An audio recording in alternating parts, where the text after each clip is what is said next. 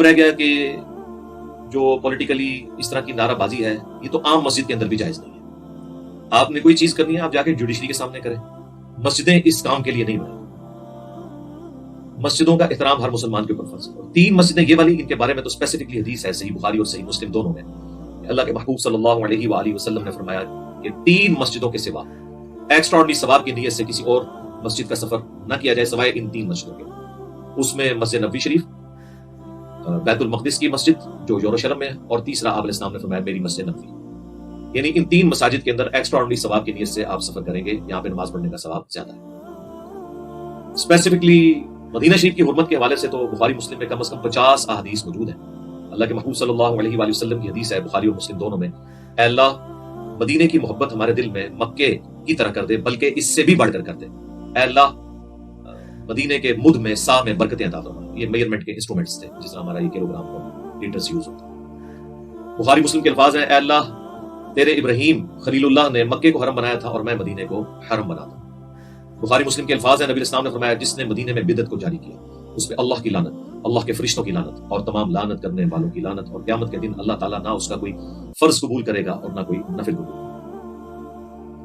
پھر اسپیسیفکلی مسجد نبوی کے حوالے سے اس کا بھی جو پورشن ہے ریاض الجنہ، اس کے حوالے سے صحیح بخاری اور صحیح مسلم دونوں میں حدیث موجود ہے. نبی الاسلام نے فرمایا میرے گھر سے میرے ممبر تک جنت کے ٹکڑوں میں سے ایک ٹکڑا ہے جسے ہم ریاض الجنہ کہتے ہیں. اسی پہ امام بخاری نے باب باندھا ہے کہ قبر رسول سے ممبر رسول جنت کا ٹکڑا ہے، کیونکہ پریکٹیکلی اس وقت نبی صلی اللہ علیہ وآلہ وسلم اور ان کے جانثار ساتھی سیدنا ابوبکر اور عمر رضی اللہ تعالیٰ عنہم علیہ السلام کی قبریں اس ریاض الجنہ والے پورشن کے اندر ہیں. تو یہ جنت کے ٹکڑوں میں سے ایک ٹکڑا ہے. اسی لیے صحیح بخاری میں آتا ہے حضرت عمر جو ہے وہ اسپیسیفکلی دعا مانگا کرتے تھے، اللہم ارزقنی شہادۃ فی سبیلک واجعل موتی فی بلد رسولک صلی اللہ علیہ وآلہ وسلم. اے اللہ مجھے اپنے راستے میں شہادت کی موت دینا اور نبی الاسلام کے شہر مدینہ میں موت ہے. اللہ تعالیٰ نے ان کی خواہش پوری کی.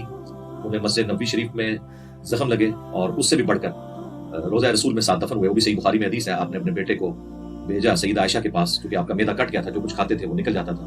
آپ کو یقین ہو گیا کہ اب میں نہیں بچ پاؤں گا، تو انہوں نے کہا کہ سیدہ عائشہ سے جا کے سلام عرض کرنا اور انہیں یہ نہ کہنا کہ امیر المومنین نے بھیجا ہے، بلکہ کہنا عمر بن خطاب اپنے 2 ساتھیوں کے ساتھ دفن ہونا چاہتا ہے، نبی الاسلام اور سیدنا ابوبکر کے ساتھ. تو جب انہوں نے جا کے عرض کی تو سیدہ عائشہ نے کہا کہ یہ جگہ تو میں نے اپنے لیے رکھی تھی، لیکن آج میں عمر کو اپنے پہ ترجیح دیتی ہوں. عبداللہ ابن عمر نے جب یہ خوشخبری آ کے سنائی تو سیدنا عمر نے کہا کہ میرے لیے اس سے بڑھ کے کوئی چیز نہیں تھی کہ میں نبی الاسلام کے ساتھ دفن ہوتا، اور کہا کہ جب میں مر جاؤں پھر میری لاش کو لے جانا اور سیدہ عائشہ سے پوچھنا، اگر انہوں نے اجازت دی تو دفنانا، ادروائز مجھے بقیہ غرقت مسلمانوں کے قبرستان میں دفنا دینا. ہو سکتا ہے انہوں نے میرے روب کی وجہ سے اجازت دے دی، یعنی یہ ان کی انٹینشن تھی. تو سیدنا عمر کا وہاں پر دفن ہونے کی خواہش اللہ تعالیٰ نے پوری کر دی.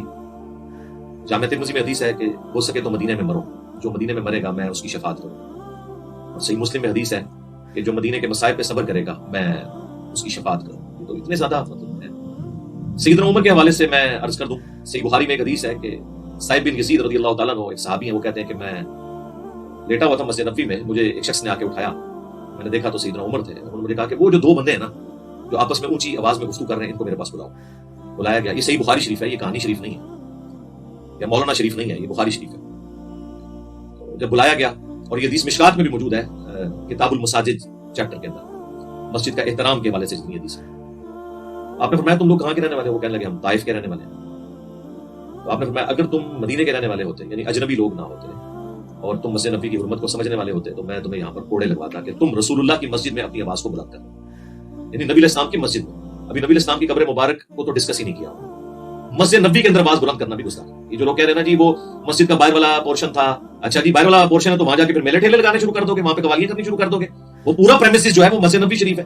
یہ آپ نے کون سے بہانے جو ہے اپنے پولیٹیکل لیڈر کی محبت میں گانے شروع کر دیے ہیں کہ اب آپ لوگ یہ فرق کریں گے، وہ چھتریاں نظر نہیں آ رہی ہیں آپ کو؟ وہ پریمیسز پورے کا پورا مسجد نبوی شریف ہے، اس کا پورا احترام ہے اور وہ مدینہ شریف کا حصہ ہے. مدینہ کی حرمت کو تو پامال نہیں کیا جا سکتا اس طریقے سے. نبی الاسلام کا روزہ مبارک بھی اب پریکٹیکلی مسجد نبوی کے اندر آ چکا ہوا ہے، اور اس کے حوالے سے تو اسپیسیفکلی آیات ہیں قرآن حکیم میں سورۃ الحجرات کے اندر. اور آج بھی نئی کنسٹرکشن میں بھی ابھی سعودی حکومت نے پہلے تو ایک آیت لکھی تھی، اب انہوں نے 2 آیتیں بلکہ ختم نبوت والی آیت بھی لکھ کے اوپر لگا دی ہے.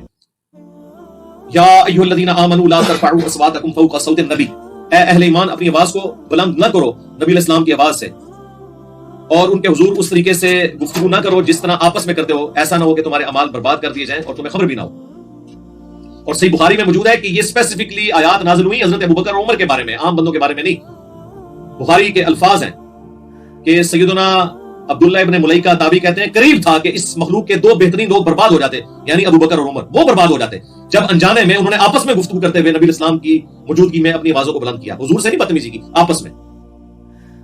اور پوری تفصیل آئی کہ وہ ایک قبیلہ مسلمان ہوا تھا. نبی اسلام کی ایک مبارک عادت تھی، جب کوئی قبیلہ مسلمان ہوتا تھا تو ایک فوکل پرسن مقرر کرتے تھے تاکہ بعد میں اس کے ساتھ کمیونیکیشن ہو سکے. تو حضرت ابوبکر نے مشورہ دیا، اس کے مقابلے میں حضرت عمر نے ایک مشورہ دیا، اور آپس میں پھر حضرت ابوبکر نے کہا تم میرے مشورے کی مخالفت کرتے ہو. اس میں ان کی آپس میں ترکرامی ہوئی، آواز بلند ہوئی، اور اللہ نے کہا کہ تمہارے اعمال بھی اے ابوبکر عمر برباد ہو جائیں گے اگر تم نے نبی اسلام کی موجودگی میں اپنی آوازوں کو بلند کیا اور تمہیں خبر بھی نہیں ہوگی. خبر ہو جائے تو بندہ توبہ کر لے.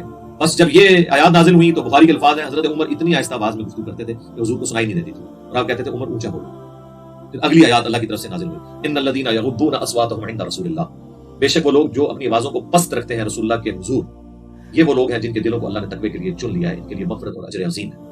رضی اللہ عنہم اجمعین وعلیہم السلام اجمعین. لیکن